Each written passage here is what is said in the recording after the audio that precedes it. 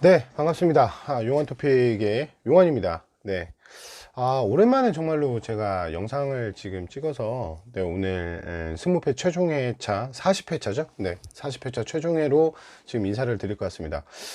근데 좀 아까 라이브를 끊었는데, 그때까지만 해도 영상이 굉장히 좀 뿌옇고 좀 잘 안 나왔었는데, 희한하게 또 영상을 찍을 때는, 라이브 때는 이렇게 사우나에 들어갔다 나온 것처럼 굉장히 이렇게 뽀샵 처리가 되어 있는 것처럼 뿌였었는데, 지금은 또 영상 상태가 좀 괜찮습니다. 이 제 핸드폰이 이렇게 좀 오락가락 하다 보니까 또 이 영상은 또 보시는데 또 크게 지장이 없을 것 같네요. 네. 아무쪼록 좀 늦은 시간까지 제 그 승무패 40회차를 영상을 이제 라이브에 찾아오신 모든 분들께 다시 한번 좀 감사하다고 말씀을 좀 드리겠고요. 그리고 또 보시기에 좀 불편한 점이 이렇게 좀 영상 쪽으로 좀 불편하시고 또 중간중간에 계속 버퍼링이 생기면서 좀 불편하셨을 텐데 그 부분은 또 제가 죄송하다고 좀 거듭 네 다시 한번 좀 말씀을 좀 드리고 네 최종 픽에 관련해서 또 말씀을 좀 간단하게 좀 드리는 걸로 하겠습니다. 아무래도 이 라이브 시간이 좀 길다 보니까 보시는 분들 혹은 보시다가 이제 퇴장하셨던 분들은 이거를 제가 올려드린다 하더라도 보시기에 굉장히 불편하실 거예요. 뭐 그런 걸로 여러 번 아마 또 보셨을 분도 계시고요. 불편함을 겪으셨을 분도 많이 계셨을 거고요. 초안픽을 2시간에 채 안 되는 그 영상을 좀 올려드렸었는데 생각보다 많은 분들께서 조금 오랜만에 깔끔한 영상을 봤다라고 칭찬을 해주신 점 대단히 또 감사하다고 말씀 한번 드리겠습니다. 네, 그리고 좀 단폴 위주로 조금 다시 한번 좀 말씀을 좀 드리도록 하겠습니다. 그래서 여러분들이 생각하시는 투픽 자리를 이제 좀 섞어서 이렇게 좀 가시는 걸로 좀 선택을 하시면 좀 더 낫지 않을까 싶고요. 그리고 오늘 그 참 이번 주 또 이렇게 방송을 하면서요.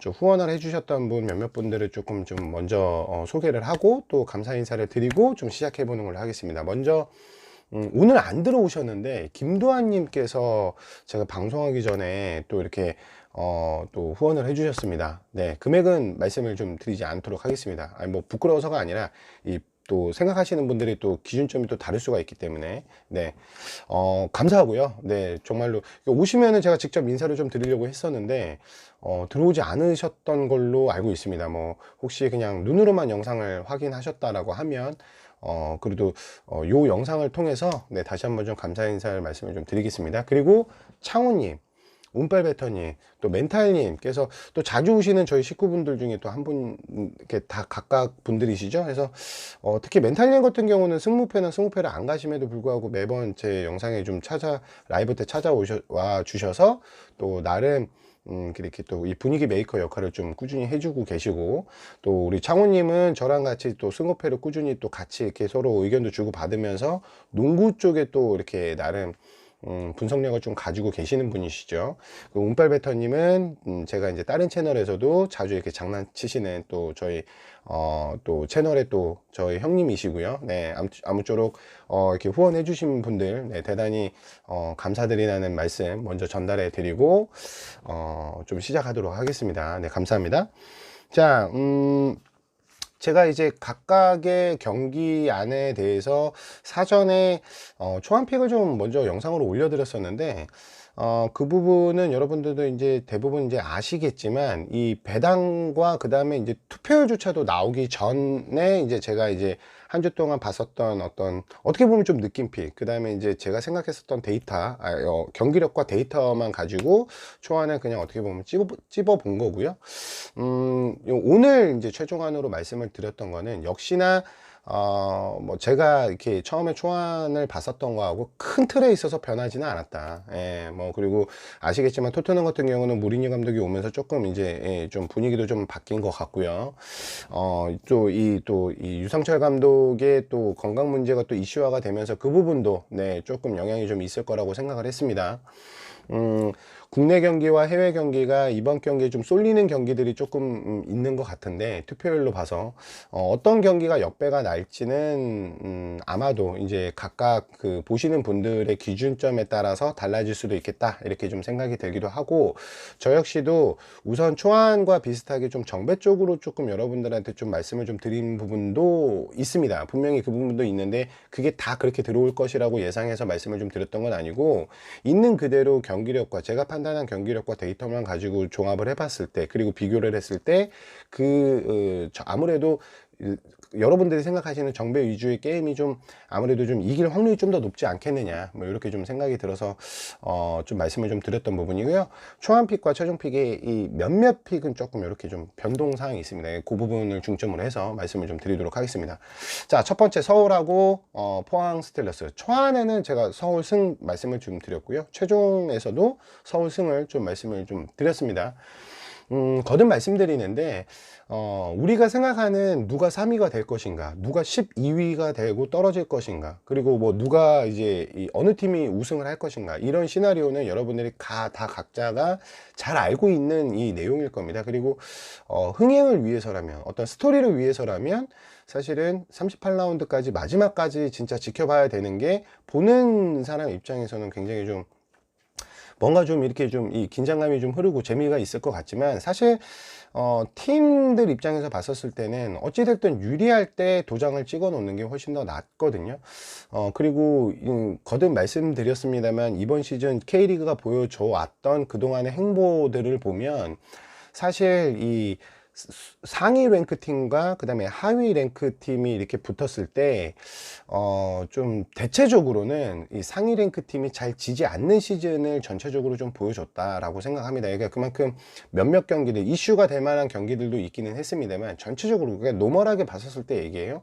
자, 이 경기도 역시나 이제 이번 경기 강원 대구, 그리고 대구가 이제 이기고 서울이 혹시 지거나 비기게 되면 38라운드의 대구와 서울 경기의 이 마지막 단도대 매치를 통해서 3위 자리, 그러면서 이제 다음 시즌에 AFC 챔피언스 리그는 누가 나가느냐, 요게 좀 결정되는 아주 중요한 이 38라운드가 될 수가 있습니다. 자, 근데 이제 제가 이제 앞서 말씀드렸던 바와 같이 K리그가 그렇게 좀 뭔가 좀 이번 시즌 그렇게 재미난 그런 스토리는 만들어지고 있다라고 생각하진 않고, 생각보다 서울도 그렇고 포항도 그렇고 최근까지의 경기력들을 보면은 사실 그렇게 썩 좋은 모습은 보여주지 않고 있습니다. 서울도 1승 1무 3패.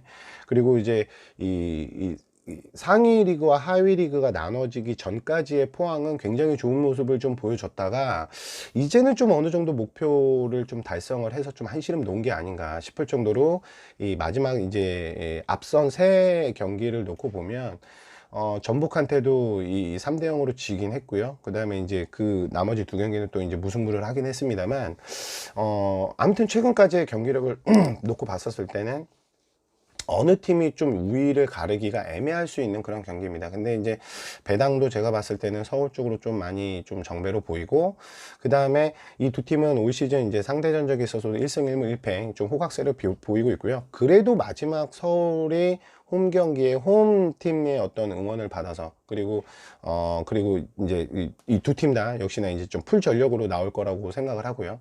상대적으로 동기부여 측면이나 여러모로 봤었을 때는 이번 경기만큼은 서울이 조금 유리할 수밖에 없다, 이렇게 생각을 하고, 물론 포항이 그냥 만만한 팀은 아닙니다. 절대. 올 시즌 포항 경기는 제가 개인적으로 경기력을 풀면서 굉장히 좀 재밌는 경기력을 좀 보여주고 있다, 이렇게 좀 칭찬을 좀 하긴 했었는데, 여하튼 여러모로 봤었을 때 이 부분에 있어서는 포항이 서울을 상대로 좀 이기기는 좀 힘들지 않을까, 저는 이렇게 좀 예상을 하고, 마지막 이 홈에서 치러지는 서울이 이김으로 인해서 이제 이 나머지 경기들, 나머지 팀들하고는 좀 크게 경쟁할 필요가 없는 좀 편안한, 어떻게 보면 이제 3위 자리를 수성을 할 공산이 크다, 이렇게 좀 한번 예상을 한번 해보도록 하겠습니다.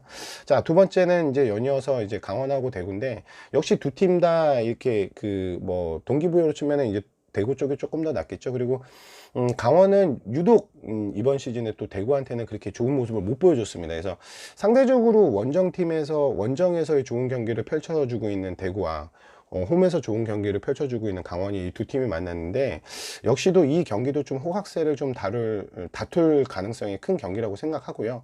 여러모로 지난번 직전 경기에서 이제 그 세징야가 빠짐으로 인해서 대구 경기력은 좀 보는 내내 좀 답답했습니다. 예, 그래서 에드가가 제 실력을 발휘하지 못했었던 것 같고, 어찌됐거는 지금 대구는 늘상 말씀드렸지만 이 세징야가 있고 없고의 차이도 크고, 또 세징야가 어떤 폼으로, 세징야가 어떤 경기력을 풀어주느냐에 따라서 대구 경기력이 살아나고 또 살아나지 않고, 이런 차이점이 좀 크다고 보기 때문에 이번 경기는 물론 이 올림픽 대표로 이제 U23 경기로 인해서 이제 좀 차출된 대구 선수들이 몇 있긴 합니다만, 전체적으로 놓고 봤었을 때 그래도 이 대구 쪽이 조금 더 동기부여 측면도 가지고 있고, 선수들이 응집력이나 이런 부분들이 강원보다 조금 더 우세하지 않을까, 이렇게 좀 생각을 합니다. 물론 이 경기에서 강원이 이기거나 무승부를 할 수도 있습니다만, 그래도 요 경기만큼은 어떤 경기 결과가 나와도 뭐 이상하지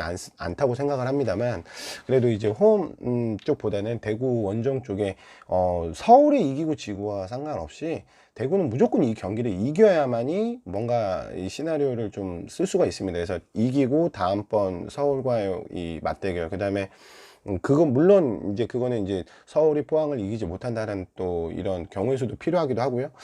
뭐 여러모로 불리하긴 합니다만, 그래도 대구가 이 경기만큼은 동시간대 치러지는 경기이기도 하고 해서 아마 좀 어떤 이런 그 응집력을 좀 발휘를 해서 어떤 힘을 내서라도 이번 경기를 좀 잡을 수 있지 않을까, 이렇게 좀 예상을 해서 대구의 승을 말씀을 좀 드렸습니다. 그래서 울산하고 현대 3번 경기 같은 경우는 처음에는 초안에는 역시나 이제 울산의 승을 먼저 생각을 했습니다. 근데 상대적으로 문선민이 빠져있는 전북보다는 그래도 전체적으로 풀 스쿼드로 출전을 할, 네, 그리고 이제 국대 경기 같은 경우는 많은 분들이 아시겠지만 울산에서는 박주호 선수와 김승규 선수가 빠졌고요. 그 다음에 이제 전북 같은 경우는 이용과 그 다음에 이제 김진수 선수가 이번에 차출로 인해서 출전하지 못했습니다. 자, 근데 이제 권경원 선수도 참 차출이 됐었기도 했고요.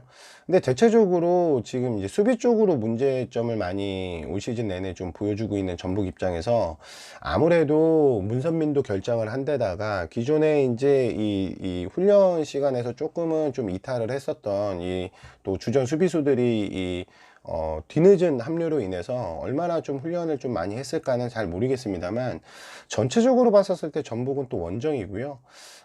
울산이 조금 유리할 수밖에 없어 보이는 경기이기는 합니다. 그리고 울산은 반드시 이 경기를 잡아야 아무래도 이제 우승을 하는데 이제 좀 도장을 찍는 경기가 되고, 서울과 마찬가지로 전북은 이 경기를 어떻게든 이기고 다음 경기까지 끌고 가야만이 전북은 가능합니다. 예, 그렇기 때문에 사실 비기는 것도 우선은 어느 정도는 다음 라운드까지 봐야 되는 경우의 수가 발생이 되기는 하지만, 울산은 또 이 다음 경기가 이제 포항과의 이제 홈에서의 맞대결이 있기는 한데, 포항은 뭐 울산은 올 시즌 3번 붙어서 2번을 포항 홈에 가서 울산이 졌습니다. 그래서 상대 맞대결 전적에서는 뭐 동해안 더비에서 조금 밀리고 있는 실정이고, 그리고 올 시즌 첫 패배를 안겨준, 울산에게 첫 패배를 안겨준 팀도 포항입니다. 그래서 절대 마지막 경기니만큼 더 만만히 볼 수 없는 상황이고, 자, 전북 같은 경우는 만약에 이 경기를 이기거나 혹은 비기게 되면 그래도 다음 경기는 홈에서 강원과의 마지막 승부를 하고 있기 때문에,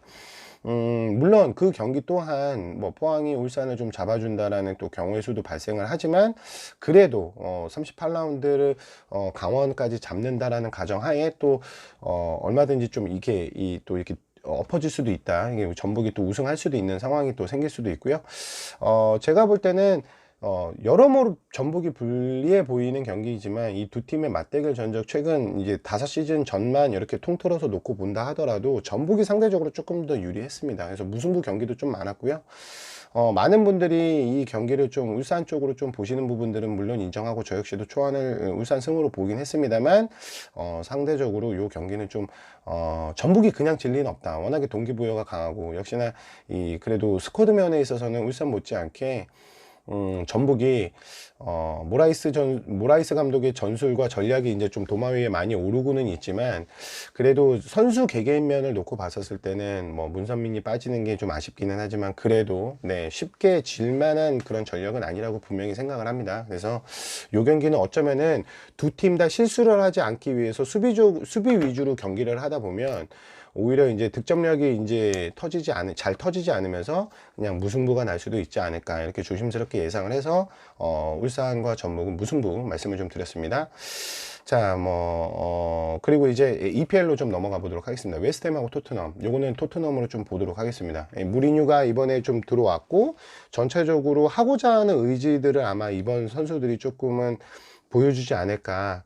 그래서 새로운 감독에게 좀 눈도장을 받아야 되는 이유도 있고, 토트넘이 무리뉴를 분명히 선임한 거에 대한 이유도 분명히 기사들을 통해서 여러분들도 확인을 하셨을 거고, 무리뉴 역시도 왜 토트넘을 선택을 했는지에 대한 부분도 여러분들이 아마 기사를 통해서 확인을 하셨을 거라고 생각합니다.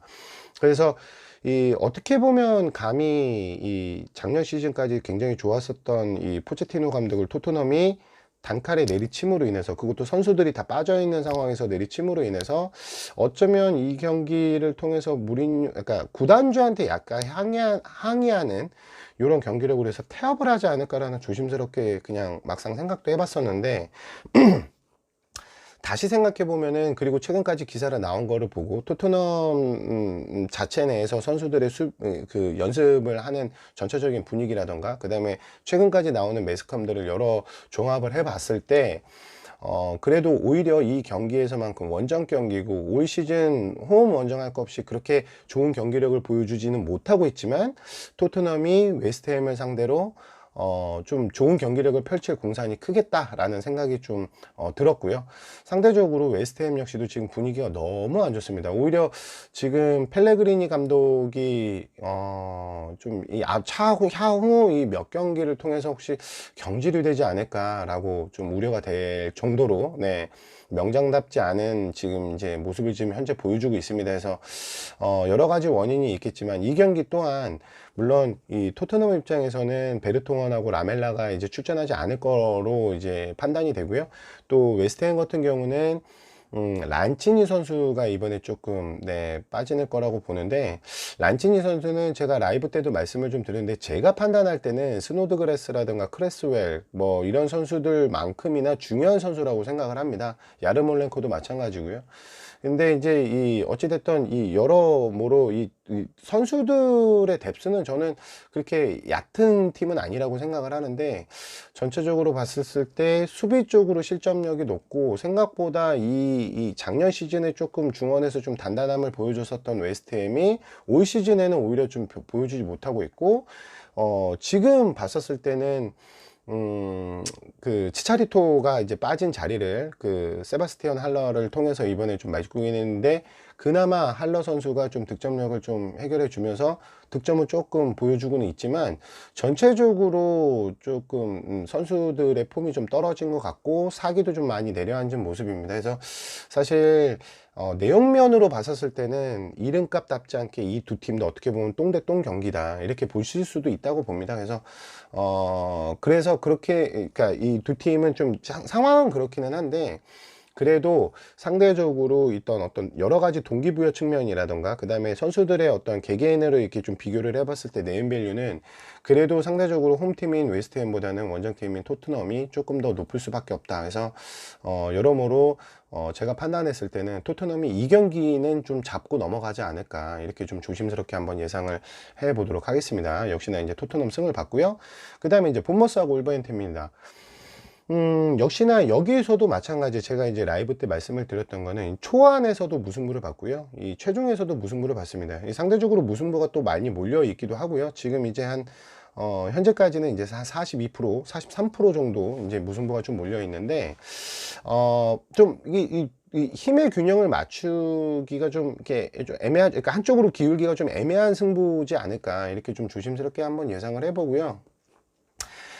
각각 아다마 트라오레가 이번에 이제 울버햄튼에서는 빠집니다. 그리고 이제 이 본머스에서는 라이언 프레이저 선수가 또 중원에서 핵을 담당하고 있는 중원의 핵 선수인데, 이 선수가 또 빠지기도 하고, 또 또 조슈아 킹이 또 빠지는 것 같거든요. 그래서 레르마도 마찬가지고요. 그래서 이게 좀 나름 레르마라든가 이제 라이언 프레이저 같은 경우는 좀 본머스에서도 나름 중요한 선수들이기 때문에, 이 선수들이 빠진 자리를 대체자가 채우기가 좀 애매할 거라고 판단이 됩니다.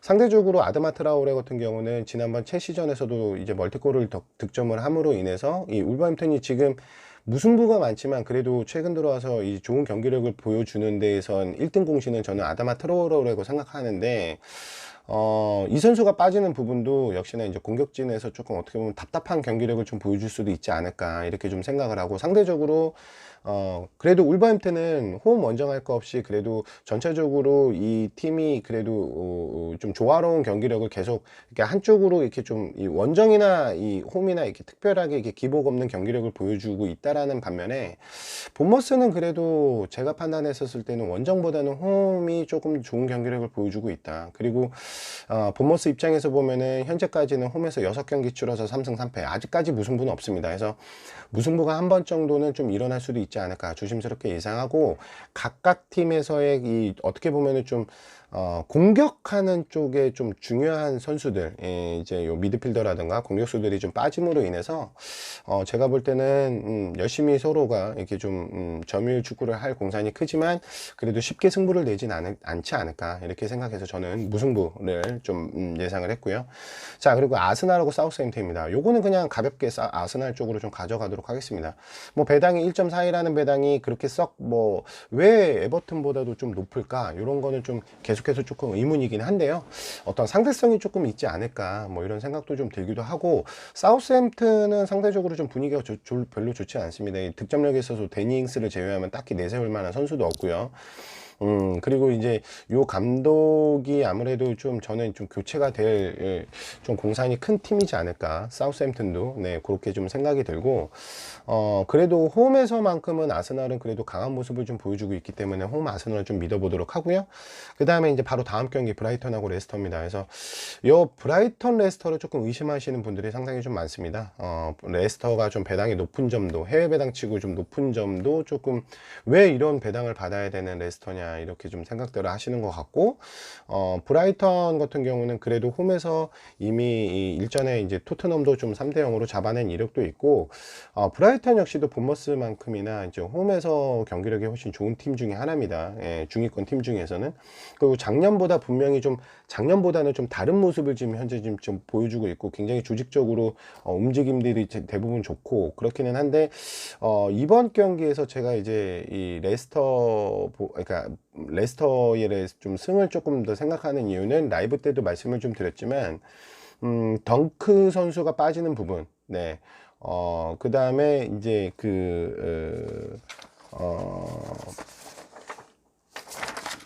또,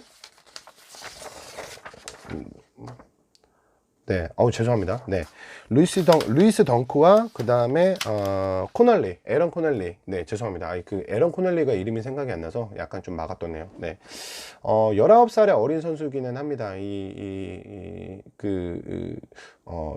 어린 신성의 선수가 지난번에서도 다득점을 통해서 조금 글렌머레이 자리를 좀 완벽하게 좀 채우는 거 아닌가라고 좀 기대 심리를 좀 가져주긴 했었는데, 이번 경기에서 좀 출전이 불가피하다, 요런 소식으로 들어온 걸 봤었을 때는, 상대적으로 올 시즌 들어와서 첼시와 레스터는 가장 이 폼이 좋은 두 팀이라고 저는 라이브 때 몇 번 말씀을 좀 드렸죠. 제가 봤을 때는 리버풀이나 맨시티보다도 좀 더 짜임새 있고 좀 더 팀의 조직력이 좋아 보이는 두 팀이 첼시와 레스터다. 역시나 지금 연승 가도를 지금 달리고 있고, 레스터 같은 경우는 지금 이제 2위에 랭크가 되어 있죠. 지금 제임스 메디슨을 제외하면은 전체적으로 틸레만스라든가 아유스 페레즈라든가 제이미 바든은 이미 두 자릿수 득점을 하고 있고요. 은디디도 마찬가지고요. 너무나 좋은 폼을 보여주고 있는 선수들이 많습니다. 그래서 전체적으로 이 선수들이 원정팀이긴 하지만 올 시즌 계속해서 좀 좋은 모습을 보여주고 있기 때문에, 상대적으로 공격과 이 수비에서 저는 상대적으로 이 덩크 선수가 좀 빠지는 부분이 조금 브라이튼한테는 좀 가장 크게 보여지고 있거든요. 그래서 세트피스 상황에서의 이런 좀 부담감, 그리고 지금 레스터 시티는 지금 EPL 팀들 중에서는 가장 이 공수 전환이 유기적으로 아주 잘 되고 있는 팀 중에 하나라고 생각을 합니다. 그래서 워낙에 이 공격과 수비 조합이 좀 잘 맞고, 그 다음에 뎁스 전체도 지금 굉장히 두껍기 때문에요.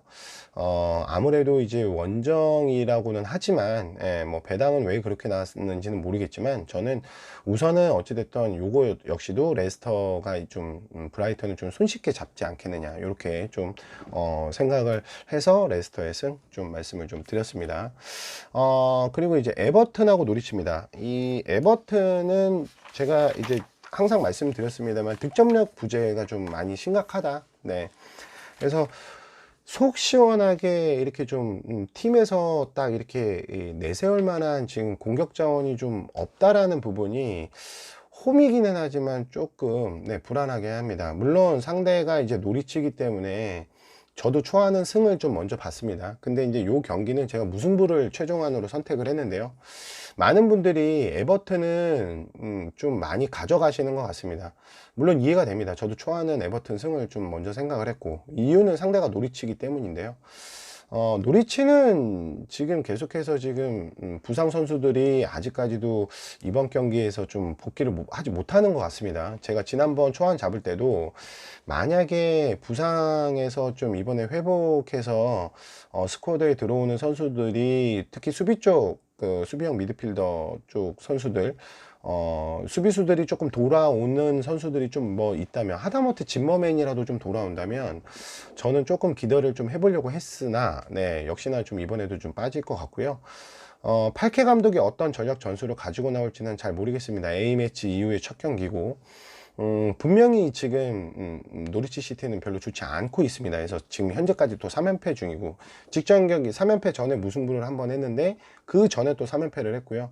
무승부를 한번 제외한다고 하면 이제 본머스 전에서 이제 무승부를 했는데, 그거를 만약에 졌다고 하면 현재까지는 7연패를 했을 노리치입니다. 그래서 이번 경기를 또 진다고 하면 이제 또 4연패까지 이제 좀 가는 건데, 과연 이 에버튼이, 물론 이제 수비가 굉장히 불안하고 공격 역시도 이제 좀 제대로 요즘 원활하지 못하는 노리치긴 합니다만, 그렇다고 에버튼이 이렇게 좀 공격력이 날카롭냐, 사실 칼버트 루인하고 그 다음에 이제 히살리숑을 빼면 제가 볼 때는 지금 득점을 좀 해줄 만한 그런 선수가 좀 별로 보이지 않는다. 이게 조금 문제인 것 같고요. 지난번 토트넘과의 경기에서 토순 선수가 이제 이 세트피스 상황에서 이제 또 득점을 하긴 했는데, 그래도 제가 볼 때는 좀 해줄 선수가 해줘야 되는데, 지난 그 한국과 브라질전을 봤었을 때도 히살리숑 선수는 그렇게 컨디션이 좋아 보이진 않았다라고 저는 생각을 합니다. 어느 선수가 이제 또 이 골을 넣어줄지는 모르겠습니다만, 시그루드손이 좀 작년보다는 좀 못한 그런 폼을 가지고 있는 것도 에버튼이 지금 현재 좀 시원시원한 경기력을 못 보여주는 원인 중에 하나가 아닐까, 조심스럽게 그렇게 또 한번 예측을 한번 해보고요.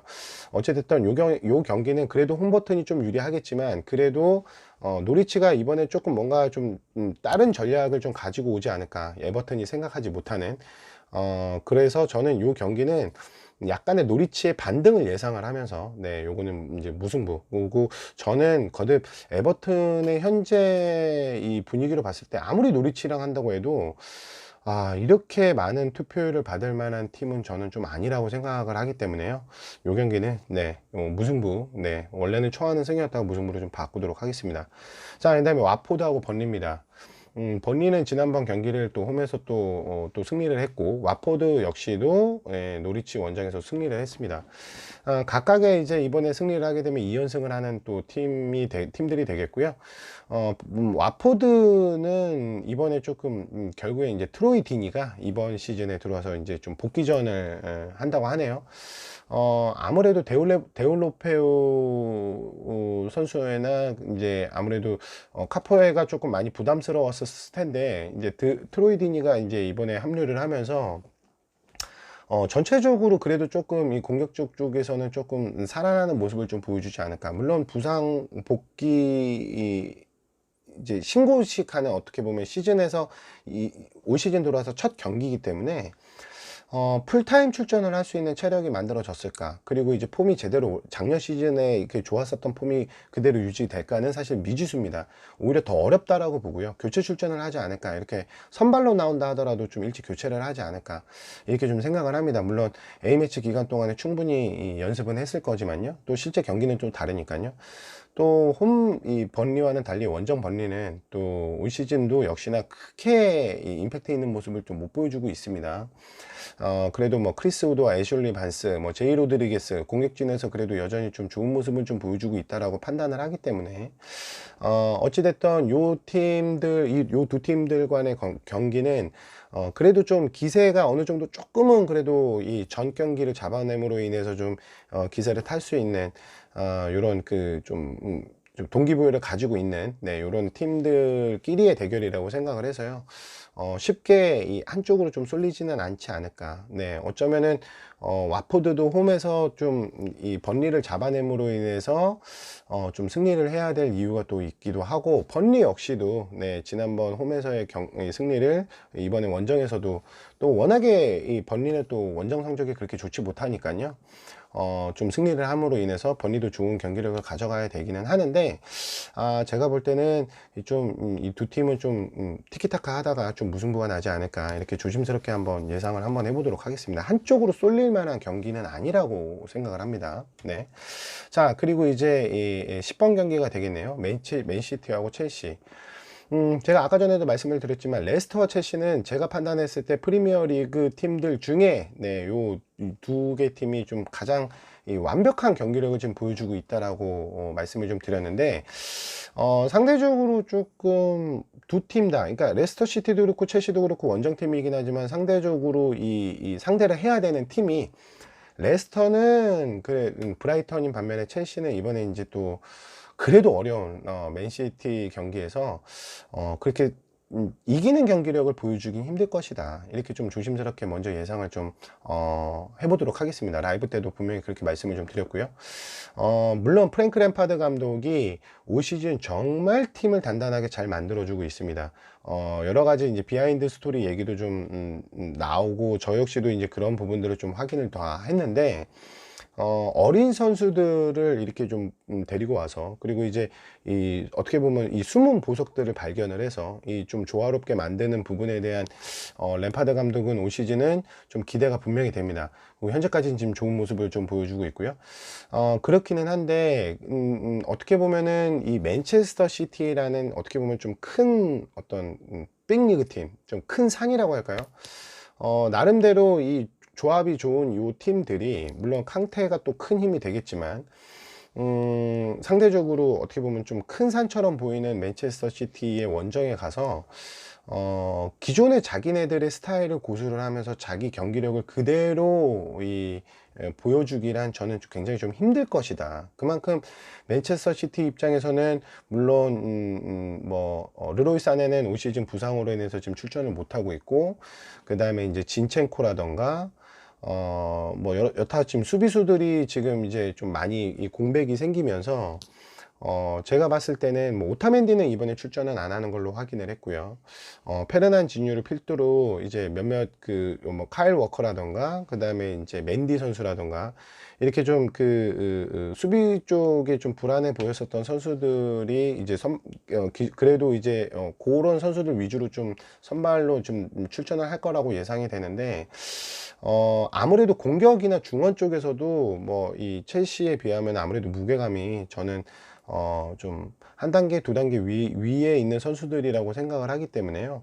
첼시가, 맨시티가 지금 상대적으로 작년보다는 조금 다운된 그런 모습을 좀 보여주고는 있지만, 그래도 첼시한테만큼은 좀 맨시티가 좀 이기는 경기력을 좀 가져가지 않을까, 이렇게 좀 조심스럽게 예상을 합니다. 데브라이나라든가, 그 다음에 이제 실바, 다비드 실바, 그리고 아구에로, 그 다음에 뭐 라임 스털링 이런 선수들의 이 공격진에 있어서의 이 막강함은 제가 볼 때는 상대적으로 뭐 제임스 마운트라든가 플리시치는 이번에 엉덩이 부상으로 이제 출전하지 못할 걸로 예상이 되고요. 그 다음에 이제 테메, 아브라함, 그 다음에 이제 캉테, 요 라인업보다는 상대적으로 조금 더 이 그레이드가 좀 높지 않나 이렇게 좀 조심스럽게 예상을 해보고요. 여하튼 상대적으로 올해, 그러니까 이 올해 시즌만 놓고 보면은 이 맨체스터 시티는 이 수비 쪽으로 좀 많이 허점을 좀 보여주기도 있습니다. 또 찬스가 났었을 때 득점력으로 이어지지 않으면 무리해서 라인을 끌어올리다가 역습으로 두드러 맞는 경기력을 좀 몇 경기 보여줬습니다. 지난번 울버햄튼과의 경기에서도 홈에서 그런 경기력으로 인해서 이제 2대 0으로 맞았고요. 그리고 노리치 원정에서도 네, 3대 2로 그런 식으로 조금 좀 쓸데없이 이제 라인을 많이 끌어올리면서 이제 뒷문을 좀 열어주면서 또 수비수들의 몇몇 그 말도 안 되는 실수들이 너무 나오면서 이제 패배하는 빌미를 또 제공을 하기도 했고요. 자, 그래서 여하튼 이 홈에서 하는 경기력은 그래도 이제 울버햄튼과 같은 그런 경기력이 두 번 나오진 않을 것이다. 또 이제 상대가 첼시이니만큼 맨시티 입장에서도 선수들 굉장히 좀 신중하게 경기를 좀 풀어갈 거라고 예상을 하고요. A매치 이후 경기이기 때문에 이 대부분의 선수들이 다 A매치 경기들을 뛰고 이번 경기를 이제 임할 텐데 어떤 경기력이 나올지는 모르겠지만 그래도 저는 아무래도 이제 어린 선수들이 주축으로 되어 있는 첼시보다는 그래도 어느 정도 좀 네임밸류가 있고 클래스가 있고 좀 짬밥이 있는, 흔히 말하는 짬밥이 있는 이 맨체스터 시티의 홈팀이 조금 더 유리한 경기력을 가져갈 것이다. 상대적으로 첼시가 이 맨체스터 시티 원정에서 이기기는 좀 힘들 것이다. 이렇게 좀 먼저 예상을 해서 저는 맨체스터 시티의 승을 가져가 보도록 하겠습니다. 자, 그리고 이제 11번 경기 성남하고 경남입니다. 요거는 글쎄요. 제가 볼 때는 이 성남은 이번 경기를 경남하고 하고 또 다음 경기 또 홈 경기를 좀 남겨두고 있는데요. 물론 성남은 지금 별로 뭐 이렇게 좀 바쁘지가 않죠. 예, 성남은 좀 여유가 있는 편이고 이제 문제는 경남인데 경남 경기는 중요한 건 이 경기를 이기면 뭐 더할 나위 없이 좋겠지만 지지 않아야 되는 게 급선무입니다. 예, 이 경기를 지지 않고 최소한도로 지지 않고 실점을 하지 않으면서 다음 경기를 홈으로 끌고 가서 인천과 단판 승부를 해야 되는 요 경기가 지금 사실 어떻게 보면 성남이고, 성남이 그렇다고 득점을 내기에는 좀 어렵지 않을까 이렇게 좀 조심스럽게 예상을 합니다. 성남은 올 시즌 이렇게 좀 득점을 시원시원하게 해결해 줄 수 있는 득점력 부재로 인해서 올 시즌 내내 좀 그 부분이 좀 해결이 되지가 않았죠. 뭐 내년 시즌에는 좀 새로운 선수를 조금 영입을 하면서 좀 바뀔 수도 있긴 하지만 아무튼 올 시즌은 좀 그래 왔습니다. 그래서 한 골을 넣으면 잘 잠궜지만 한 골을 실점하게 되면은 오히려 동점골을 못 넣거나 또 이 다실점을 하게 되는 이런 경기력을 좀 많이 보여줬는데, 상대적으로 경남 수비는 뭐 제주 다음으로 실점이 좀 많은 팀이고요. 늘상 이유는 정확하게 모르겠지만 이 수비 쪽에 있어서의 이 불안함은 늘상 올 시즌 처음서부터 계속해서 이제 좀 계속 보여주고 있다, 경남 입장에서는. 네. 그리고 사실 이 제리치를 영입을 하면서 좀 득점력에 있어서는 좀 시원시원하게 좀 보여주는 경기도 몇 경기가 있긴 했습니다만, 그래도 제리치를 제외하면 딱히 뭐 김승준이라든가 백이중이라는 선수, 이 선수들이 이게 조금 제대로 된 모습을 좀 보여주지 못한 부분이 좀 큰 것 같고, 그 다음에 이제 그러니까 외국인 선수들로 인해서 시즌 초반부터 조금 불편하기는 했죠. 경남 입장에서는 뭐 예전에 이제 조던 머치, 네게바 이런 선수들도 뭐 적응하지 못하거나 부상 문제로 인해서 이제 팀을 떠날 수밖에 없기도 했고요. 제리치를 좀 데리고 왔는데 좀 잘 된 것 같고, 그 다음에 쿠니모토가 시즌 초중반에서 어떻게 보면 이제 경기력을 풀어가는데 핵심 인물이었는데, 이 선수 역시도 이제 부상이 있고 나서 부상 복귀 후에는 부상을 입기 전 모습이 지금 보여주지 않고 있다, 이렇게 좀 전 경기까지만 놓고 봤었을 때는 그렇게 좀 생각이 들고, 경남은 올 시즌 그 원정에서 승리를 한 번도 못 할 거라고 생각을 했는데, 예, 제주 원정에 가서 좀 승리를 한 이후로 이제 두 번째 과연 승리를 할까? 동기부여는 분명히 성남보다는 경남이 강합니다. 근데 성남은 또 홈에서만큼 또 문을 또 단단하게 잘 걸어 잠그고 있고, 그 다음에 이제 또 남기일 감독은 그래도 이제 3백을 고수를 하면서 임채민 선수를 필두로 한 요 수비수들의 이 문은 또 워낙에 두텁기 때문에 쉽게 그 문을 열기는 좀 어려울 거라고 보고요. 요 경기는 좀 재미없는 뭐 그냥 지지부진한 경기력이 나오지 않을까 생각을 해서 저는 무승부, 초안도 그렇고 최종안도 그렇고 무승부 말씀을 좀 드렸고요. 인천과 상주 상무입니다. 원래는 이거 역시도 이제 초안에는 제가 무승부를 말씀을 좀 드렸다가 최종안에는 인천 승으로 말씀을 좀 드리도록 하겠습니다. 뭐 말도 안 되는 얘기라고 하실 수도 있고요. 스포츠에서 그런 게 어딨냐라고 하실 수도 있지만, 저는 이번에만큼은 제가 개인적으로 유상철 감독의 팬이기도 하고요.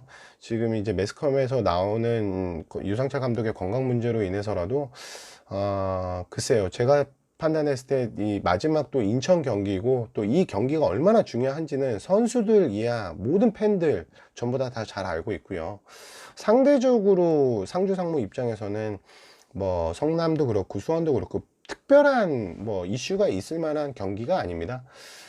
상대적으로 이 두 팀에 있어서의 맞대결을 놓고 봐도 좀 무승부가 조금 더 많았을 뿐, 이제 승패를 좀 나뉘는 경기를 좀 보여줬었고, 최근 5시즌 정도만 놓고 본다 하더라도 올 시즌을 놓고 보면 인천보다는 상주 상무가 훨씬 더 낫다고 볼 수 있습니다. 근데 이제 거듭 말씀드리지만 전체적으로 이제 좀 이 사회적으로 가져오는 분위기, 그 다음에 이제 스포츠계, 축구계에서도 이 좀 분위기라는 건 저는 있을 거라고 봅니다. 뭐 심판이 어떤 이 홈콜을 막 특별히 많이 불거나 어떤 편파 판정을 할 거라고 생각을 하진 않습니다만, 선수들 동기부여 측면에서는 이 두 팀이 가지고 있는 이 분위기, 그 다음에 이제 어떤 이 공기 자체가 조금 다를 거라고 생각을 해요. 그래서 제가 볼 때 김태형 감독이 이 경기를 인천 원정에 와서 뭐 질 이유야 당연히 없지만, 과연 정말로 이 풀 스쿼드를 써가면서 어떻게든 열심히 하는 경기력을 좀 보여줄까에 대해서는 약간의 좀 물음표를 가지고 있고요.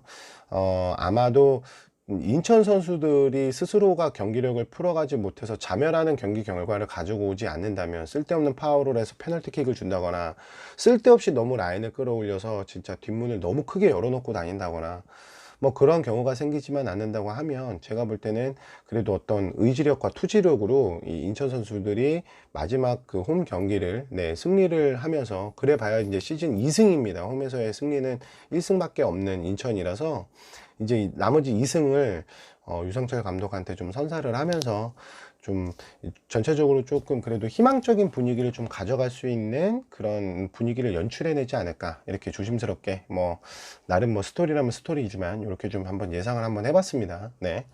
자, 그리고 이제 마지막 제주하고 수원 삼성입니다. 요 경기 역시도 저는 이제 우선은 제주 승을 좀 말씀을 좀 드렸고요. 초안에서도 그렇게 말씀을 좀 드렸습니다. 사실 제주가 내세울 만한 경기는, 내세울 만한 포인트는 하나도 없다, 그렇기는 하지만, 그래도 제주가 조금 이번에 마지막 홈 경기에서 아까 이제 인천을 말씀을 드렸던 것처럼 제주 역시도 사실은 이제 남은 두 경기를 이기고 남은 그 경남 인천의 상황을 놓고 봐야 되는 상황이기 때문에, 그러니까 제주는 물론 마지막 경기를 만약에 이제 경남하고 인천이 비겨버린다면, 인천은 성남 원정에 가서 성남을 이긴다 하더라도 제주는 떨어집니다. 네, 제주는 인천하고 경남 경기가 무승부가 나면 제주는 떨어질 수밖에 없습니다. 그래서 조금은 어떻게 보면 어쨌든 이기고 좀 봐야 되는 상황인데, 지금 여러모로 좀 불리한 상황이죠. 네, 그래서 제가 볼 때는 아마 이제 제주가 떨어질 확률이 한 70% 이상이 되지 않을까, 분명히 이렇게 좀 생각을 하고 있고요. 아마도 이제 대다수 분들이 뭐 제주는 이제 희망이 없다, 이렇게 좀 분명히 좀 생각을 하실 텐데, 희망이 있던 없던 간에 아직까지 결정된 부분은 아니기 때문에, 제주 선수들이 뭐 윤빛가람을 필두로 해서 윤일록이라던가, 그 다음에 뭐 이창민이라던가, 그 다음에 이제 뭐 마그노와 그 다음에 이제 아길라르, 뭐 여러 선수들이 뭐 박진포라던가, 여러 선수들의 어떤 의기투합으로 인해서 우승 골키퍼도 마찬가지고요. 이번 경기는 이제 그 특별히 타가트가 득점왕 경쟁을 한다라는 걸 제외하면 FA컵을 우승을 했고, 그리고 이제 남은 두 경기가 크게 의미가 없는, 상주도 그렇고요. 수원에 대비해서 여러모로 동기부여가 또 있는 또 요 제주가 또 정배이기도 하고요. 여러모로 이 경기는 1대 0이 됐든 2대 0이 됐든 2대 1이 됐든 그래도 이제 저득점으로라도 좀 정신 바짝 차리고 진짜 좀 집중력 있게 경기를 한다면 요 경기는 조금 제주가 나름 그래도 이길 수 있는 경기력을 가져가지 않을까 조심스럽게 예상을 해보고요. 그리고 이제 이날 그 전국적으로 비가 온다고 하는데 제가 이제 일전에도 몇 번 말씀을 좀 드린 적이 있습니다만 제 스스로는 비 오면은 K리그에서 기대되는 팀은 두 팀, 포항과 제주. 네, 뭐 반드시 이긴다라는 건 아니지만 이상하게 이 두 팀 같은 경우는 비 오는 날의 경기력이 굉장히 좋더라고요. 그래서 저는 나름대로 또 요것도 또 뭐 기대해보는 포인트 중에 하나다. 뭐 이렇게 그냥 한번 말씀을 좀 드리도록 하겠습니다. 자, 그리고 이제 마지막 14번 경기 셰필드하고 맨유입니다. 요거는 맨유로 우선은 좀 말씀을 좀 드렸고요. 셰필드가 전체적으로 몇 번 말씀을 좀 드렸습니다만 그러니까 맨유를 상대로 좀 역배를 일으킬 만한 이 14번 경기라고 생각합니다. 이 전체적으로 이번에 나왔었던 EPL 경기 중에는 상대적으로 이 홈팀이고 또 이 순위가 낮은 팀이지만 그래도 순위는 지금은 셰필드가 높죠. 맨유보다. 전체적으로 네임밸류가 이 낮은 팀이지만 그래도 현재까지는 지금 잘 보여주고, 그러니까 잘 지지 않는 모습을 지금 보여주고 있고, 라이브 때도 말씀을 드렸는데, 빅식스 팀들, 지금 현재까지 지금 이 셰필드의 지금 경기 결과를 놓고 보면, 빅식스 팀을 상대로 해서 아스날도 그렇고요. 그 다음에 이제 리버풀한테는 1대 0으로 좀 지기는 했습니다. 예. 뭐, 이 1대 0으로 진 경기도 제가 지난번에도 말씀을 좀 드렸지만, 뭐, 비록 스코어는 1대 0인데, 사실 이 셰필드가 일방적으로 막 밀렸었던 경기는 아니라고 생각을 하거든요. 그리고, 이제 토트넘 역시도, 아스널이, 그러니까 셰필드가 원정에서 또 이제 무승부를 또 가져오긴 했고요. 과연, 뭐 리버풀한테는 1대 0으로 지긴 했지만 아스널과 토트넘과 비겼던 것처럼 이번에도 네, 맨유를 상대로 해서 이 셰필드가 또 이기거나 비기는 이런 경기 결과를 나타낼까. 저는 조심스럽게 요 경기는 너무나 이제 또 어떻게 보면은 셰필드가 이길 수 있을 법한 경기는 오히려 맨유가 좀 쉽게 잡아낼 수 있지 않을까 이렇게 좀 예상을 좀 해보도록 하겠습니다. 물론 지금 뭐 린델레프라던가 그 다음에 이제 또 맥토민이라던가 그 다음에 루크쇼, 포그바 뭐 이런 선수들이 전부 다들 에릭 바이도 마찬가지고 다 이제 부상이 지금 선수로 등록되어 있습니다. 그래서 나오지는 못할 텐데요. 마티치 선수가 나온다 안 나온다는 정확하게 좀 봐야 될 것 같고요. 그래도 이 레시포드하고 앙토니 마샬이 그래도 경기력을 좀 할수록 좀 좋은 모습을 좀 보여주고 있는데다가 지난번 이 레시포드 같은 경우는 영국 대표팀에도 승선을 해서 골도 이제 또 득점을 했고 마샬은 부상 복귀 이후에 아주 100% 컨디션은 아니지만 그래도 조금 이 폼이 조금씩 올라오고 있다라고 저는 느꼈거든요. 그리고 역시나 이제 맥과이어와 완비사카는 그래도 이 수비에 있어서는 그래도 아직까지는 좀 기대를 해볼 만하지 않겠느냐. 근데 애슐리 형이 조금 불안하긴 합니다. 네. 그렇기는 한데 여하튼 그래도 뭐 딱히 뭔가 이렇게 좀 구멍이 보이지 않는 그런 셰필드이기는 합니다. 그만큼 조직적이고 이 팀은 좀 단단함을 좀 보여주고 있다고는 하는데 상대적으로 그래도 뭐 지난번 본머스에 가서 1대 0으로 지기는 했지만 그래도 맨유는 역시나 홈에서 좀 더 좋은 모습을 좀 보여주고 있습니다. 올 시즌 원정은 사실 크게 별 볼 일은 없다고 생각은 하는데 이 경기에서 과연 또 셰필드가 맨유를 상대로 좀 나름 이변이라면 좀 이변을 일으킬까 이렇게 좀 생각이 듭니다. 이제 제가 봤을 때는 그래도 이제는 서서히 뭐 아직까지도 저기 솔샤르 감독의 뭐 좀 거치라고 할까요? 아니면 좀 뭐 잘라야 되느냐 아니면 뭐 계속 둬야 되느냐 이런 부분들이 좀 얘기가 좀 많이 나왔던 것 같은데요. 제가 볼 때는 요 경기만큼은 좀 맨유 선수들이 전체적으로 지난번 경기까지만 봤을 때도 이렇게 이제는 좀 뭔가 이렇게 좀 화합이 되는 그런 모습들을 저는 보여줬다고 생각을 하기 때문에 셰필드하고 좀 비슷비슷한 이 경기력을 좀 보여줄 것 같은데 우선은 좀 무승부는 좀 제외를 했고요. 그래도 요 경기는 좀 메뉴가 좀 이기지 않을까. 예, 셰필드를 상대로. 네. 뭐, 메뉴가 셰필드를 잡는 게 이변은 아닙니다. 분명히. 오히려 셰필드가 메뉴를 잡은 게 그게 이변이죠. 순위는 이제 지금 바뀌어 있기는 하지만요. 오히려 아무튼 요거는 좀 많이 의심이 되고 많이 역배가 보일 듯한 경기임에도 불구하고 메뉴가 좀 잡을 수 있지 않을까, 이렇게 조심스럽게 한번 예상을 해 보도록 하겠습니다. 그래서 자, 이제 좀 설명이 조금 길었습니다. 다시 한번 좀 말씀을 좀 드리면요, 1번 경기, 네, 한번 풀어 드릴게요. 1번 경기 승, 2번 경기 패, 3번 경기 무, 4번 경기 패, 5번 경기 무, 6번 경기 승, 7번 경기 패, 8번 무, 9번 무, 10번 승, 11번 무, 12번 승, 13번 승, 14번 패. 자, 요렇게 해서 무승부는 총 5게임 정도가 되겠고요. 승패는 요렇게 4게임씩 좀 나눠지는, 좀 골고루 좀 분산이 됐네요. 자, 요렇게 해서 지금 제 단통으로 말씀만 드리면 총 31명의 인원이 나옵니다. 생각보다 많이 나오죠.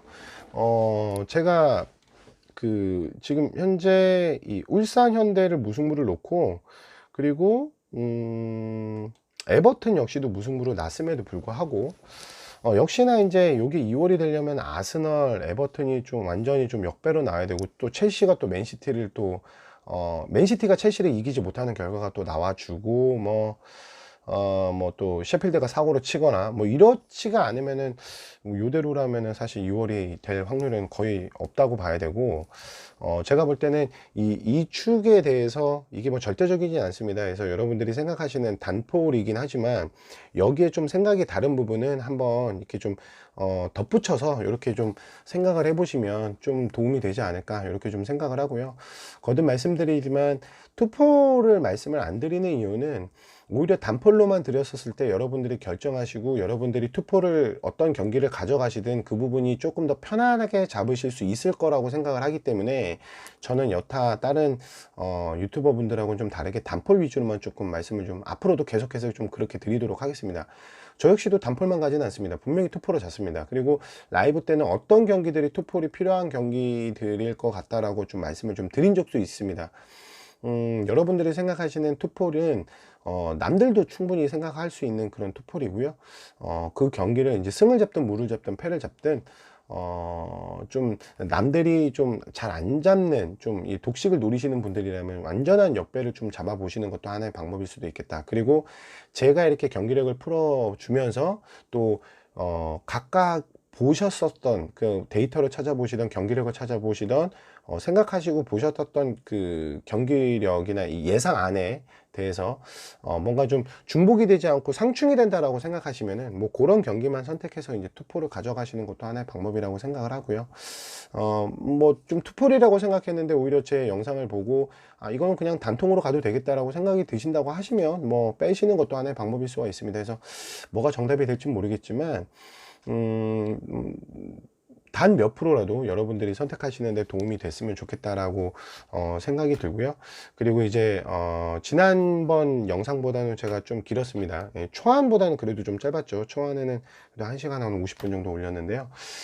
좀 짧지 않은 영상, 예, 좀 더 짧게 말씀을 좀 드리면 좋을 텐데, 그래도 제가 왜 경기력을 이렇게 보고 왜 이 단폴이지만 왜 승을 보고 무를 보고 패는 보는지에 대해서 제 나름대로도 명분을 보여줘야 될, 어떻게 보면 좀 책임이 좀 있다고 봅니다. 막연하게 그냥 뭐 승이다 무다 패다 이렇게 얘기하면 그냥 이건 던지는 픽스터밖에 안 된다고 생각을 하기 때문에요.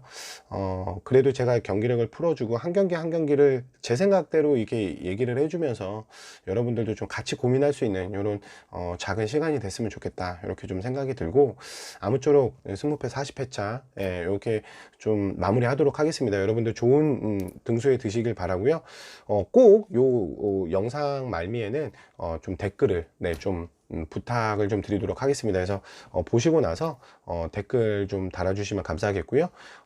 그 다음에 좋아요와 구독, 아직 안 누르셨다면 요 두 가지 한 번씩 좀 눌러주시면 대단히 감사하겠습니다. 그리고 또 마지막으로 승호패, 지금 1억이 좀 넘는 숫자가 지난주 주중에 있었던 승호패가 2월이 됐습니다. 그래서 저는 농구 승호패도 여러분들하고 함께 합니다. 그래서 승호패도 같이 한번 고민해보는 시간을 좀 가져볼 테니까요. K리그가 제가 이제 토요일 날 3시 이제 그러니까 울산 현대 경기가 끝나는 그 시점 이후에 한 6시, 5시나 6시 정도쯤에 라이브를 한번 진행을 해볼 테니까 승호패에 관심 있어 하는 분들, 그 다음에 이제 승호패가 짜증나서 틀렸네, 승호패라도 해볼까 하시는 분들, 뭐 농구를 좋아하시는데 승호패는 안 가보셨다 하시는 분들, 뭐 한번 오셔가지고 같이 고민해 보는 시간, 그래서 같이 한번 좀 픽을 정해 보는 시간 한번 같이 가졌으면 좋겠습니다. 관심 가져 주시고요. 거듭 제가 영상을 좀 많이 몰리지 못해서 죄송하고요. 이번 승무패 다 좋은 결과 있기를 바라면서 저는 라이브 때 또 다시 한번 뵙는 걸로 하겠습니다. 네, 감사합니다.